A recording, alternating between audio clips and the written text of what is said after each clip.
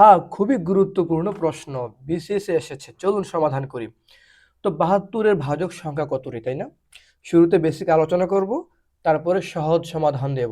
তাহলে দেখতে থাকুন। সেটা হলো ৭২ এর ভাজক সংখ্যা কতটি? তার মানে কতগুলো সংখ্যা দিয়ে এই ৭২ কে নিঃশেষে ভাগ করা যায়। তো আপনি যদি মুখে, মুখে করেন তাহলে কি হবে? ১, ২, ৩, ৪, ৬, ৮, ৯, ১২, ১৮ এভাবে মোট ১২ টি হবে, তাই না? কিন্তু আমাদের মুখে, মুখে করলে হবে না। আমাদের একটা নিয়মের মাধ্যমে করতে হবে, তাই না? কারণ মুখে, মুখে করলে দেখা যাবে ছোট সংখ্যা করা যাবে, তাই না? এভাবে আপনি ছোট সংখ্যা করতে পারেন। একটু শিখাই দিই আপনাদেরকে।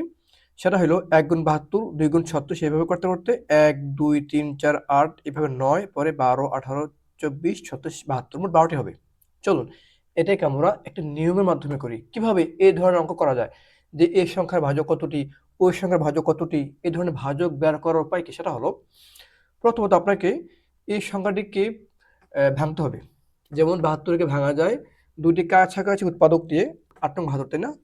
৭২ এ ভাঙা যায় ৮ গুণ ৮ নং ৭২। এবার ৮ কে ভাঙতে হবে, মানে উৎপাদক বিশ্লেষণ করতে হবে। সেটা হলো মানে সবচেয়ে ছোট কোন সংখ্যার গুণফল আকারে ৮ কে লেখা যায়? সেটা হলো ২ গুণ ২ গুণ ২, তাই না?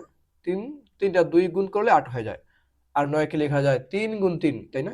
এইবার এই সংখ্যাগুলোকে সূচক আকারে লিখতে হবে, মানে পাওয়ার।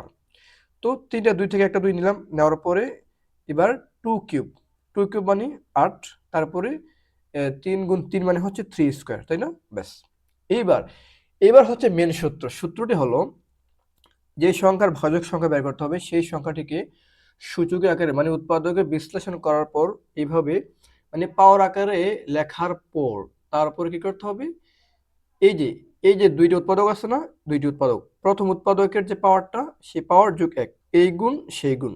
গুণ এরপরে দ্বিতীয় উৎপাদকের যে পাওয়ার ২ সেই পাওয়ার এবং যোগ হচ্ছে ১। এভাবে লিখতে হবে। এটা সূত্র। আপনি যদি চান যে সূত্রটার কি প্রমাণ, সূত্র কিভাবে আসলো, এর পেছনে গল্প কি, আমি সেটাও করে আপনাদের দেখাতে পারবো। ওকে? তারপরে ৩ যোগ ১ হচ্ছে ৪ গুণ ৩ ১২। আশা করি আপনারা বুঝতে পেরেছেন।